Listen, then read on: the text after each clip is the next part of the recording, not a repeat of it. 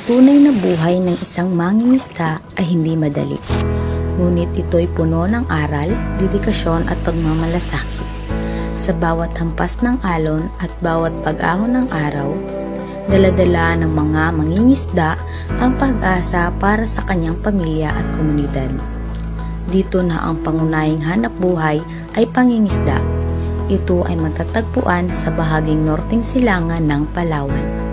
Ang bayan ng San Vicente na may maliit na nayon kalapit ang pinakasentro ng bayan ng San Vicente. Ito ang Sitio Panindigan, Barangay Poblasyon, na kung saan buhay dagat ang nagsisilbing tulay para maiahon ang pang-araw-araw na buhay. Ano pong pangalan niyo, sir? Sir, bale ako nga po pala si Juan Tandal. Ilan taon na po kayo? 30 years old po. Taga rito po ba talaga kayo, sir?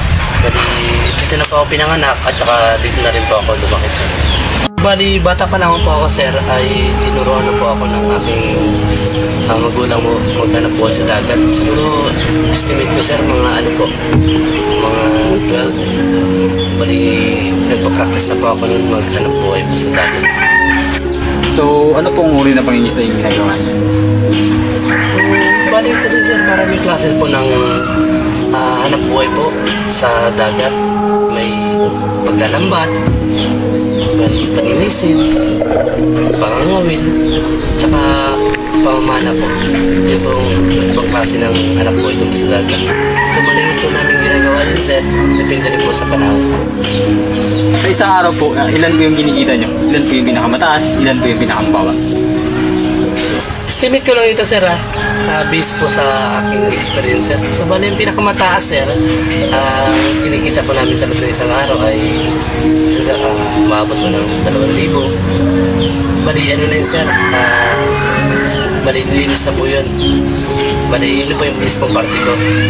Minsan naman, sir, ang pinakamababa naman, sir, ang pinakamababa namin kita ay minsan 300 pag sobrang mahina po talaga yung pauli ng isda.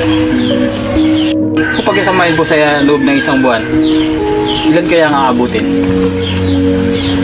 Tingin ko, sir, kung pagsasamahin po ng kita ko sa loob po ng isang buwan, sa araw-araw ko pong paglalakot, siguro, sir, aabutin pa rin po siguro, sir, mga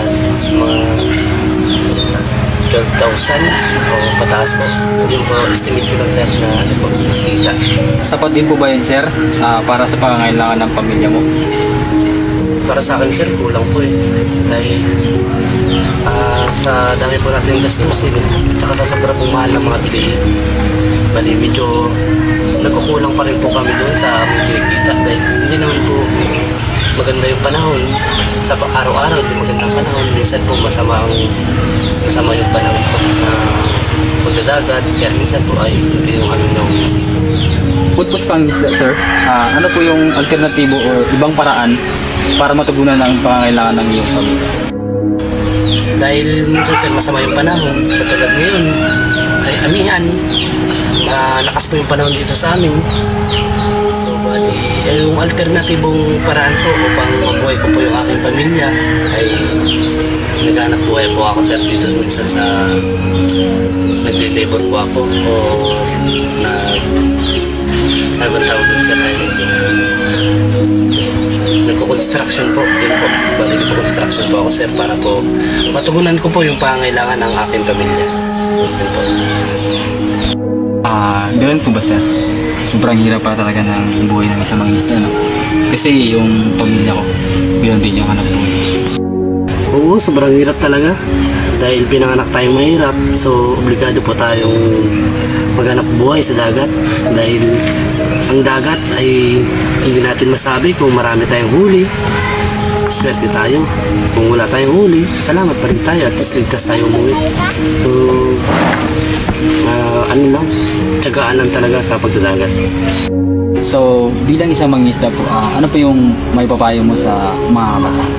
Ang may papayo ko lamang po sa mga kabataan ngayon ay bali magsumika po sila mag-aral dahil sobrang hirap po yung pagdadagat. Dahil hindi po natin inaasahan yung bagyo sa laot. Minsan po maabutan tayo ng bagyo, tsaka yung lakas.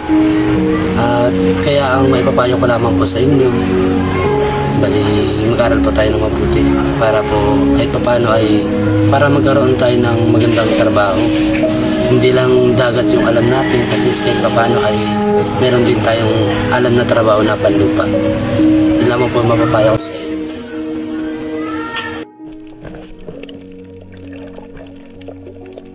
Naway ating maunawaan ang kahalagahan ng yamang dagat sa ating buhay at kabuhayan.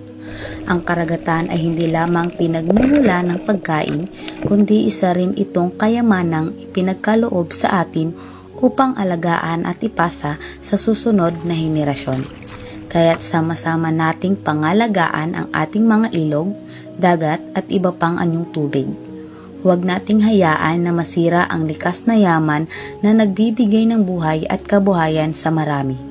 Ang bawat hakbang tungo sa pangangalaga ng ating kalikasan ay hakbang din tungo sa mas maliwanag at mas masaganang kinabukasan para sa lahat. Pangalagaan natin ang kalikasan para sa ating ngayon at bukas.